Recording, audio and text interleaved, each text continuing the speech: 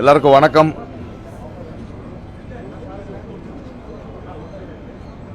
அற்புதமான ஒரு டாக்குமெண்டேஷன். எனக்கு ஆக்சுவலி பேச்சு வரல, மனசு ஒரு 30 ஆண்டு கால பின்னாடி போகுது. இருவருங்கிற படம் நடிச்சு எனக்கு 28 வருஷம் ஆச்சு. 30 ஆண்டு காலம் முன்னாடி தமிழ்நாட்டுக்கு வரும்போது இருந்த கலைஞர் ஞாபகத்துக்கு வருது. முதல்ல இப்படி ஒரு பதிவை செஞ்சா, ஐயா உங்களுடைய தலைமையில் தான் நடந்திருக்கு. மாபெரும் ஒரு கலைஞரை பற்றியான அற்புதமான ஒரு அன்பும் ஒரு பாசமும் அவர் கொள்கையை பற்றி எந்த அளவுக்கு அவர் உள்ளு வாங்கியிருக்காங்கன்னா அவர் இவங்களால மட்டும்தான் இப்படி ஒரு பதிவு பண்ண முடியும். அண்ட் விஜய், அதுக்கப்புறம் நம்ம அரசு ஆர்ட்ஸா பியூட்டிஃபுல். இந்த ஏன் சொல்கிறேன்னு அந்த டைரக்டர் மணிவண்ணன் அவர்கள் இந்த ஃபியூஷன் விஆர் டீம், அது இப்படி ஒரு கலைஞரோட ஞாபகங்களை மீண்டும் அவரோட அவருடைய பேச்சு கேட்குற மாதிரி அவரோடையே இருக்கிற மாதிரியான ஒரு ஃபீலிங்கான ஒரு இந்த பதிவு இருக்கு இல்லையா, இது ரொம்ப ஒரு விஷயம்.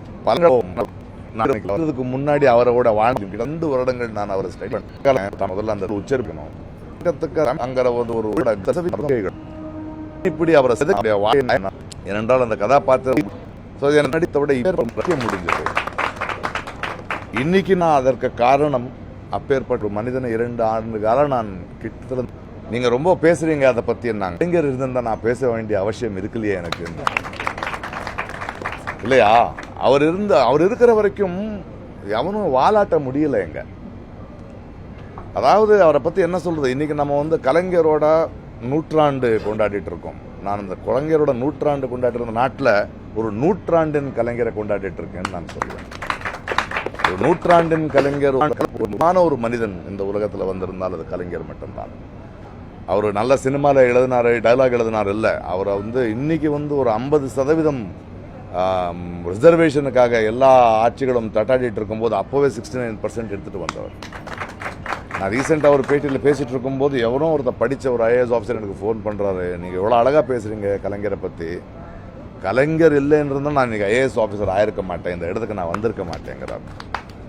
அப்பேற்பட்ட ஒரு அற்புதமான ஒரு மனிதன். அவரை பற்றி இப்படி ஒரு பதிவு ரொம்ப மிஸ்ஸாக இருந்தது எனக்கு. அடுத்த தலைமுறைக்கு கலைஞர் இருந்தாருங்கிற ஒரு செய்தியை விட அவர் ஏன் கலைஞர் ஆனார், அவருடைய பால்யம் எப்படி இருந்தது. ஒரு பள்ளிக்கூடத்துக்கு போனேன்னா நான் நீ உள்ளனா நான் போய் தற்கொலை பண்ணிப்பேன்னு சொல்லுவார். இல்லை இந்த கருப்பு தான் இந்த கொடியாக இருக்கணும்னா அதில் கொஞ்சம் ரத்தம் இருக்கணும் அப்படிங்கிற. அண்ட் நான் ஒன்று சொல்கிறேன், நான் அந்த படம் நடிக்கும்போது படம் ஏன் சொல்லிட்டு இருக்கேன்னா, அந்த தண்டவாளத்து மேலே படுத்துட்டு அந்த ட்ரெயின் வர்ற காட்சி இப்படியே அந்த ட்ரெயினு வேர்த்தேன் நான்.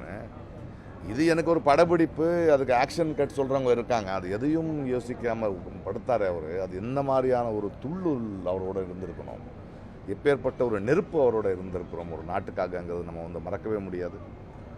எனக்கு ரொம்ப நிறைய அனுபவங்கள் இருக்குது அவரோட. நான் ஏதோ ரொம்ப ரொம்ப அன்பாக பார்த்துட்டு இருந்தார் அவர். என்னை பார்த்த ஒரு சின்ன சாஃப்ட் கார்னர் இருந்தது. ஒரு அபியும் நானும் படத்துக்கு ஒரு முதல்வர் நீங்கள் ஒரு ஆடியோ லான்ச்சுக்கு ஒரு நாளைக்கு முன்னாடி சொன்னால் உடனே பொண்ணோட வந்துட்டார், கனியோட. எல்லா படங்களை பார்ப்பார், இருவர் பார்த்து பேசுவார். நம்ம காஞ்சிபுரம் தேசிய விருதம் வாங்கும்போதும் போயிருந்தேன். சில வாட்டி நான் காலையில் வாங்க உங்களோட பேசணும்னு சொல்லுவார். இலக்கியம் பேசுவார், புரிதல் பேசுவார், கொள்கைகளை பற்றி பேசுவார்.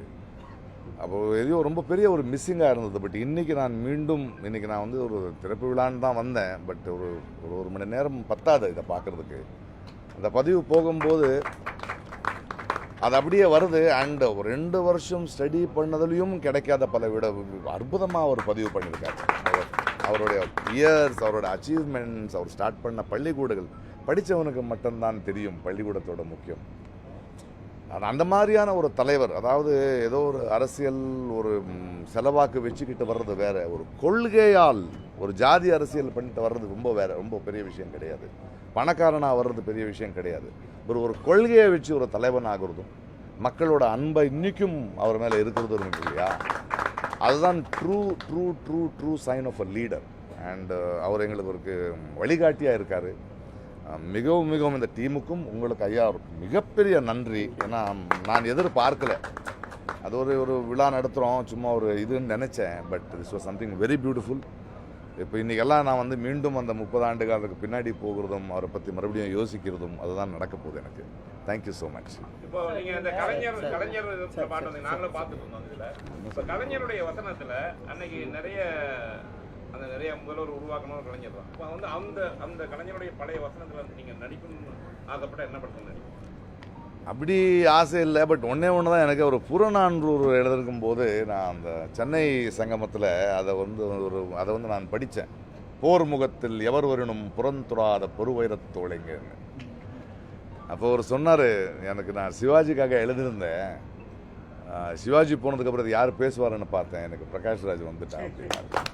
ரொம்ப அண்ட் அந்த கலைஞருக்கு பிறகு இன்னைக்கு நம்மளுடைய முதல்வர் ஸ்டாலின், எனக்கு அந்த கொள்கை ரீதியாகவே அவர் எடுக்கிற ஒவ்வொரு முடிவுகளும் அதுதான் ஒரு வழிகாட்டியாக இருக்கிறது. வந்து மறுஜன்மம்ங்கிறது நம்ம அப்படி தான் பார்க்கணும். நம்ம வந்து இந்த மாதிரி மறுஜன்மத்தில் நம்பிக்கை இல்லை. பட் அப்பேற்பட்ட ஒரு கலைஞரோட, ஒரு நூற்றாண்டின் கலைஞரோட கொள்கையும் சிந்தனையும் மறுபடியும் உயிரோடு இருக்கிற மாதிரியும் அது தொடங்குற வேலையை இவங்க பண்ணிட்டு இருக்காரு இல்லையா, அதுக்கு நான் அவருக்கு நன்றி சொல்கிறேன். மிக்க நன்றி. எல்லாரும் இதை பண்ணிக்கிட்டு இருக்கீங்க. இன்றைக்கி வந்து இந்தியாவிலேயே நம்பர் 1 ஸ்டேட்டாக தமிழ்நாடு இயங்கிட்டு இருக்கு. இன்னும் முன்ன ஏறும். இதற்கு கலைஞரோட சிந்தனை, அந்த விதை இருக்குல்ல, அது தமிழ்நாட்டு மக்களுக்கு உள்ளே இருக்குது. அதுதான் இன்றைக்கி வந்து இந்த மண் இவ்வளோ பியூட்டிஃபுல்லாக இருக்கிறதுக்கு ஒரு சிந்தனை ரீதியாகவும், ஒரு அரசியல் ரீதியாகவும், ஒரு படிப்பு ரீதியாகவும் நிற்கிறதுக்கு ரொம்ப பெரிய ஒரு போராளியின் நலமாக இருக்கிறதுக்கும் காரணமாக இருக்குது. அதுக்கு மக்களுக்கும் நன்றி, கலைஞருக்கும் நன்றி, ஸ்டாலின் அவருக்கும் நன்றி. ஒரு நிமிஷம் இவர் அர்ஜென்ட் ஆஞ்சனா இருக்கார். ஒரு நிமிஷம். மொத்தம் எத்தனை கேள்வி நீங்க சொல்லிடணும்?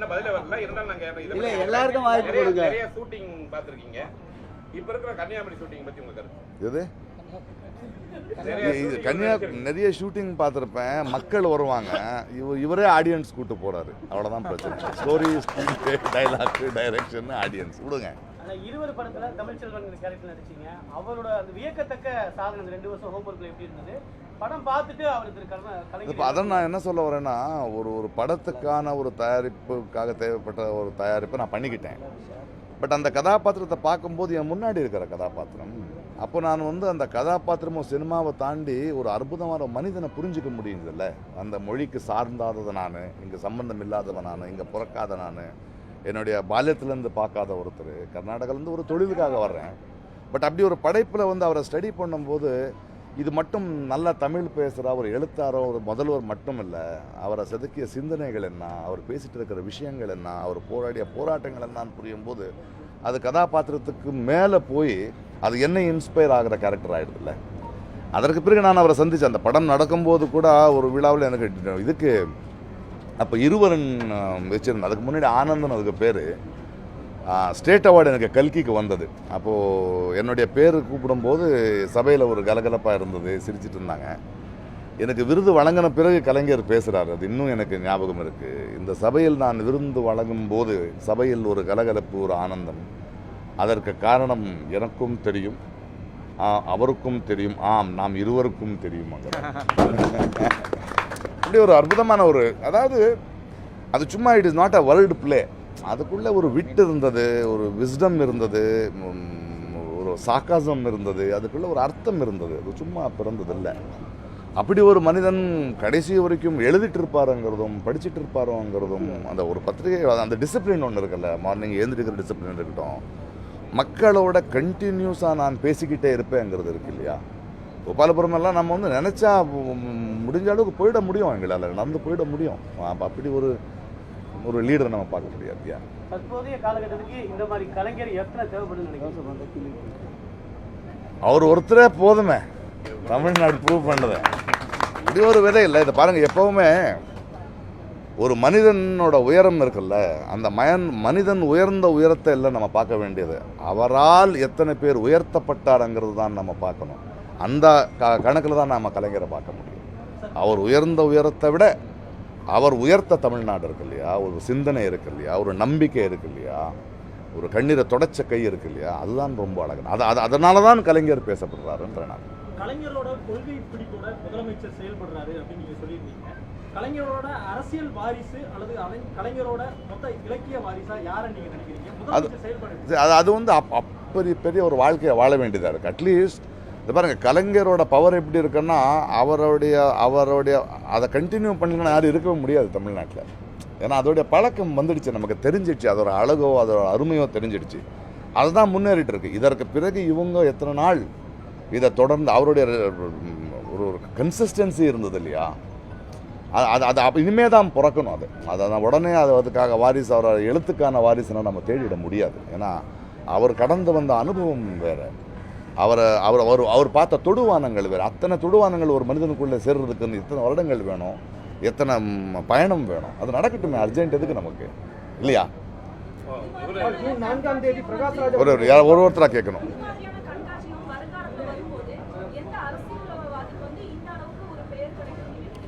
எனக்கு தெரியாது. அதுவும் அவர் வாழ்கிற வாழ்க்கை மேலே. இது வந்து ஒரு நாளோ 2 நாளோ என்னைக்கு நிறைய அரசியல்வாதிகள் ஒரு 10 வருஷம் நல்லா வேலை பார்த்தாரு, சினிமாவில் சொல்லுவான்.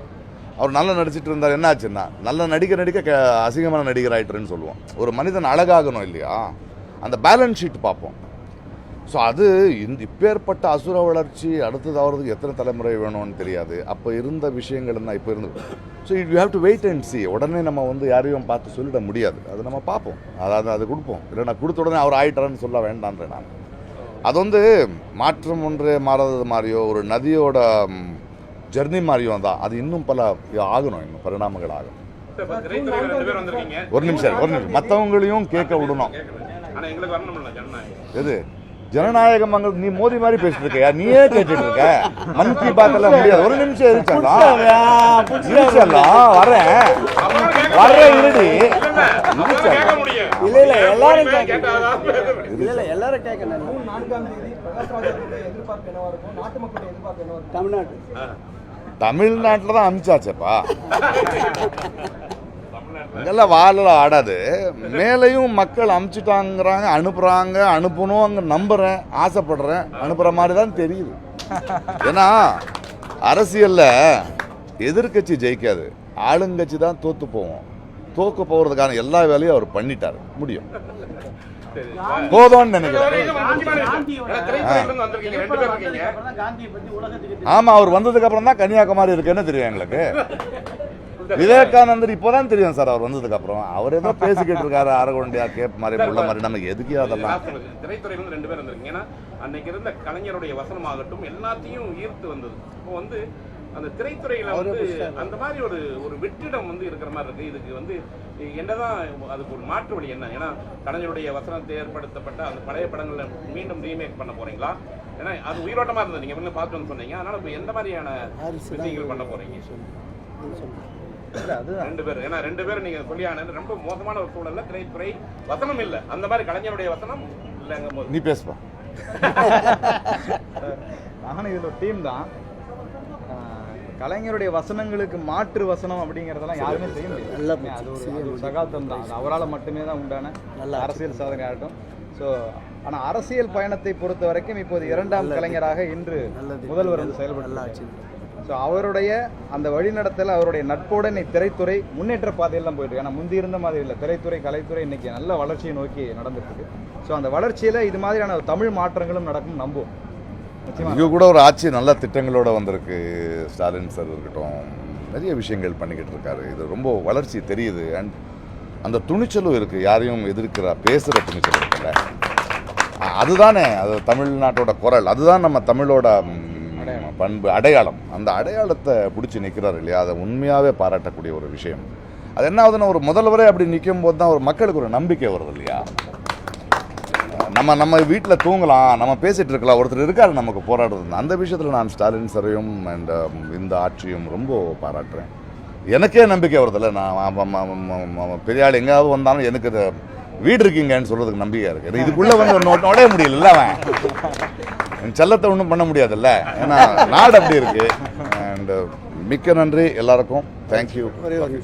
நான் சார் பேசணும். இல்லை ஒன்றும் இல்லை, இது ஒரு அற்புதமான கண்காட்சி. இந்த கண்காட்சியில் வந்து 140 படங்கள் இடம்பெற்றிருக்கு. ஒரு 10 நிமிஷம் ஒரு கலைஞரோட வாழ்க்கை வரலாறு. நம்ம நடிகர் பா. விஜய் ரொம்ப அற்புதமாக பாடலோட கலைஞரோட வரலாறை இணைச்சிருக்காரு. அதே மாதிரி மணிவண்ணன் அவரோட எழுத்து இயக்கத்தில் ஒரு 10 நிமிடங்கள் ரொம்ப அழகான கலைஞரோட வாழ்க்கை வரலாறு கூடிய சுவாரஸ்யமாக பார்க்கக்கூடிய பாடல் காட்சிகளோடு இணைச்சிருக்காரு. இது இல்லாமல் 2 இடத்துல வந்து கலைஞர் நடுவயதோடு இருக்கிற இடத்துல அவரோட கவிதை அந்த ஆற்றல் புலமை தடையில்லாத கவிதை வர்ற ஒரு ஹோலோகிராம் வச்சுருக்கோம். ஒரு இடத்துல வந்து கொஞ்சம் 80 வயதுடைய கலைஞர் அவர் பேசுகிறாரு. மறைந்த பிறகு அவர் இந்த ஆட்சியை பற்றியும் முதல்வரை பற்றியும் பேசுகிற மாதிரி ஒரு ஹோலோகிராம் வச்சுருக்கோம். இது இல்லாமல் இன்றைய நவீன தொழில்நுட்பத்தோட 3Dயோட ஒரு 10 நிமிஷம் கலைஞரை நேரில் காண்ற மாதிரியான ஒரு அமைப்பை உருவாகிருக்கும். வர்ச்சுவல் ரியாலிட்டியில் அதை ஒன்று பண்ணியிருக்காங்க. அது ரொம்ப அருமையாக இருக்குது. நிஜமாக லைஃபாக கிட்ட பார்க்குற மாதிரி இருக்குது. இதில் ஒரு 140 படங்கள் இடம்பெற்றிருக்கு. இந்த வடிவமைப்புக்கு முழுவதுமாக ஒத்துழைப்பு தந்த அரசு ஆர்ட்ஸ் கோபி அவர்களுக்கும், அதேபோல் அருமை நண்பர் நடிகர் விஜய் அவர்களுக்கும், அதேபோல் பியூஷன் அவர்களுக்கும், அதேபோல் நம்முடைய மணிவண்ணன் அவர்களுக்கும், அதேபோல் இந்த நிகழ்ச்சிக்கு நீங்கள் தான் சிறப்பு விருந்தினராக வர வேண்டும். இப்பொழுது மோடியை எதிர்த்து பேசுவதில் முன்னணியிலே இருக்கின்ற ஒருவர், அதுவும் திரைப்பட புகழ், செல்லமே நடிகர் புகழ் அருமை அண்ணன் பிரகாஷ்ராஜ் அவர்கள் வர வேண்டும் என்று விரும்பி அழைத்தவுடன் உடனடியாக வருகிறேன் என்று ஒப்புதல் கொண்டதற்கும், இந்த நிகழ்ச்சிகளை எல்லாம் கட்டமைப்பதற்கு எங்களுக்கு அனுமதி அளித்த எங்கள் உயிரினும் மேலான அன்பு தலைவர் தளபதி மு.க. ஸ்டாலின் அவர்களுக்கும் இந்த நேரத்தில் நன்றி. பத்திரிகையாளர்களை அதிக வெப்பத்தில் உட்கார வைத்து விட்டோம். உடனடியாக இங்கே குளிர்சாதன பெட்டிகள் பொருத்தப்பட்டு தொடர்ந்து இந்த நிகழ்வு 7ஆம் தேதி வரையில் நடைபெற இருக்கின்றது. பல திரைப்பட நடிகர்கள், அரசியல் பிரமுகர்கள் வர இருக்கின்றார்கள். ஆகவே இந்த இடத்தை குளுமையோடு வைத்துக் கொள்வதற்குண்டான முயற்சியை உடனடியாக மேற்கொள்கிறோம். ஏற்கனவே நீங்கள் பட்ட சிரமத்திற்கு வருத்தத்தை தெரிவித்துக் கொள்கிறேன். நன்றி. காலேஜ் இருக்காங்கன்னா கல்லூரி மாணவர்கள் வசதியா இருக்குன்னு கொஞ்சம் நீட்டிக்கலாம். ஏன்னா கல்லூரி வந்து 10ஆம் தேதி இல்லை, இது ஒரு இந்த மாதிரியான விஷயங்கள் வந்து அவங்க தெரிஞ்சுக்கணும். இல்லை, இது ஏற்கனவே வந்து இதுவரையில் ஒரு 7000க்கும் மேற்பட்ட பள்ளி கல்லூரி மாணவர்கள் வருவதற்கு ஒப்புதல் தந்திருக்கின்றார்கள். ஆகவே கூடுதலாக சூழ்நிலையை பொறுத்து நீட்டிப்பதற்குண்டான முயற்சிகளை நிச்சயம் மேற்கொள்ளும். 4ஆம் தேதிக்கு அப்புறம் அவரையும் கூப்பிடலாம். 4ஆம் தேதிக்கு அப்புறம் ஃப்ரீயா இருப்பார், அவரையும் கூப்பிடலான்றேன். அவரை பார்த்து நீங்க தான் வரவேற்று எனக்கு ஒரே ஒரு கேள்வி தான் இருக்கு அவங்ககிட்ட கேட்கலாம்.